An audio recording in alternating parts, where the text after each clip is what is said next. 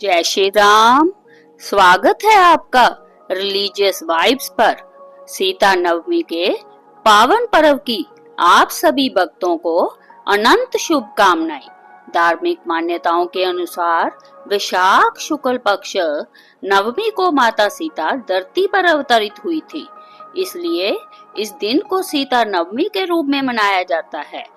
आज के इस पावन वीडियो में हम सीता नवमी व्रत कथा, पूजा विधि और महत्व के बारे में जानेंगे, जिसे सुनने मात्र से घर में सुख शांति और वैवाहिक जीवन में मधुरता आती है। इस दिन व्रत रखकर प्रभु श्री राम और माता सीता का पूजन करने से 16 महान दान, पृथ्वी दान तथा सभी तीर्थों के दर्शन का फल प्राप्त होता है।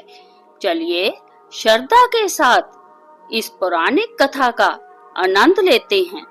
कथा के अनुसार मारवाड़ क्षेत्र में एक वेदवादी श्रेष्ठ धर्मधुरीन ब्राह्मण निवास करते थे। उनका नाम देवदत्त था। उन ब्राह्मण की बड़ी सुंदर रूप गर्विता पत्नी थी। उसका नाम शोभना था। ब्राह्मण देवता जीविका के लिए अपने ग्राम से अन्य किसी ग्राम में भिक्षा मांगने के लिए गए हुए थे। इधर ब्राह्मणी कुसंगत में फंसकर व्याभिचार में प्रवृत्त हो गई। अब तो पूरे गांव में उसके इस निंदित कर्म की चर्चाएं होने लगी, परंतु उस दुष्टा ने गांव ही जलवा दिया।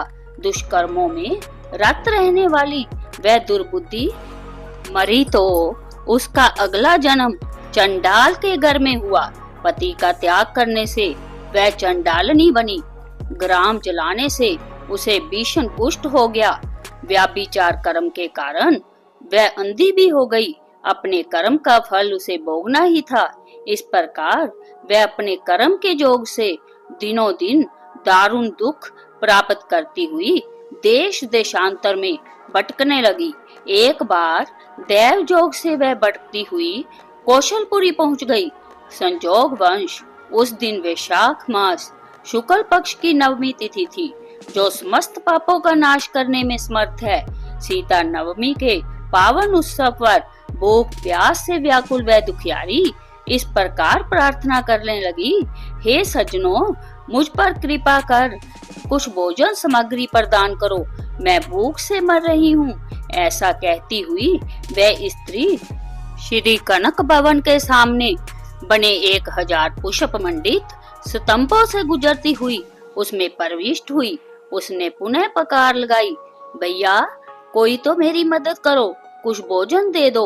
इतने में एक भक्त ने उससे कहा, देवी आज तो सीता नवमी है, भोजन में अन्न देने वाले को पाप लगता है, इसलिए आज तो अन्न नहीं मिलेगा।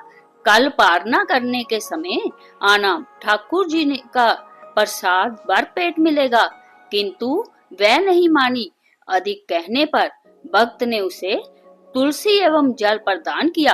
वह पापनी भूख से मर गई, किंतु इसी बहाने अनजाने में उससे सीता नवमी का व्रत पूरा हो गया। अब तो परम कृपालिनी ने उसे समस्त पापों से मुक्त कर दिया।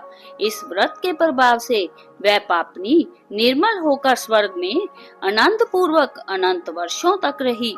इसके बाद वह काम रूप देश के महाराज जय सिंह की महारानी कामकला के नाम से विख्यात हुई। जाति स्मरा उस महान साध्वी ने अपने राज्य में नेक देवालय बनवाए, जिनमें जानकी रघुनाथ की प्रतिष्ठा करवाई। अतः सीता नवमी पर जो श्रद्धालु माता जानकी का पूजन अर्चन करते हैं, उन्हें सभी प्रकार के सुख सौभाग्य प्राप्त होते हैं।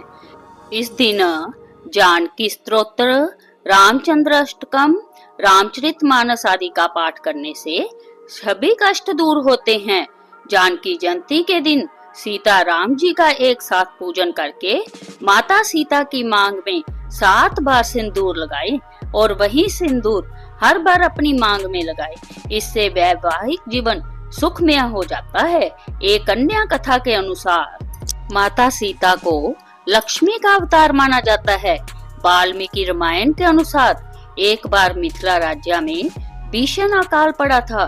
तब राजा जनक को सलाह दी गई कि वे वैदिक अनुष्ठान करके खेतों में स्वयं हल चलाए। इससे वर्षा होगी और अकाल खत्म हो जाएगा। वैशाख माह के शुक्ल पक्ष की नवमी तिथि को राजा जनक ने खेत में हल चलाया। हल चलाने के दौरान उनका हल एक कलश से टकराया। राजा जनक ने धरती खोदकर कलश निकाला। उन्होंने जब इसे खोला तो उसमें एक कन्या थी। राजा जनक ने उस कन्या को कलश से बाहर निकाला और उसे अपनी पुत्री के रूप में स्वीकार किया। इसका नाम सीता रखा गया। जनक की पत्नी उस समय निसंतान थी, इसलिए बेटी को पाकर वो अत्यंत प्रसन्न हुई। सीता जी का जन्म माता के गर्भ से नहीं हुआ था, वो धरती से प्राप्त हुई थी, इसलिए उनको धरती पुत्री भी कहते हैं। वही जनक पुत्री के रूप में उन्हें जानकी भी कहा जाता है। सीता नवमी के दिन सुबह नित्य कर्मों से निवृत्त होकर स्नान के बाद व्रत का संकल्प ले। एक लकड़ी की चौकी पर पीला वस्त्र बिछाकर माता सीता की श्री राम सहित मूर्ति या तस्वीर स्थापित करें। राम सीता की प्रतिमा पर श्रृंगार की सामग्री चढ़ाएं। इस दिन दूध, पुष्प, धूप, दीप एवं नैवेद्य अर्पित करके राम सीता की संयुक्त रूप से पूजा करें। इसके बाद आरती करें। माता जानकी की जन्म कथा पढ़े। श्री राम तथा माता जानकी के मंत्रों श्री रामाय नमः, श्री सीताय नमः का जाप करें। दूध गुड़ से बने व्यंजन बनाएं और दान करें। संभव हो तो मिट्टी के बर्तन में दान, जल अथवा अन्न भरकर दान करें। शाम को पूजा करने के बाद इसी व्यंजन से व्रत खोलें। सीता नवमी का व्रत रखने से सुहागिन महिलाओं के वैवाहिक जीवन में आ रही परेशानियां खत्म होती हैं और अखंड सौभाग्य की प्राप्ति होती है।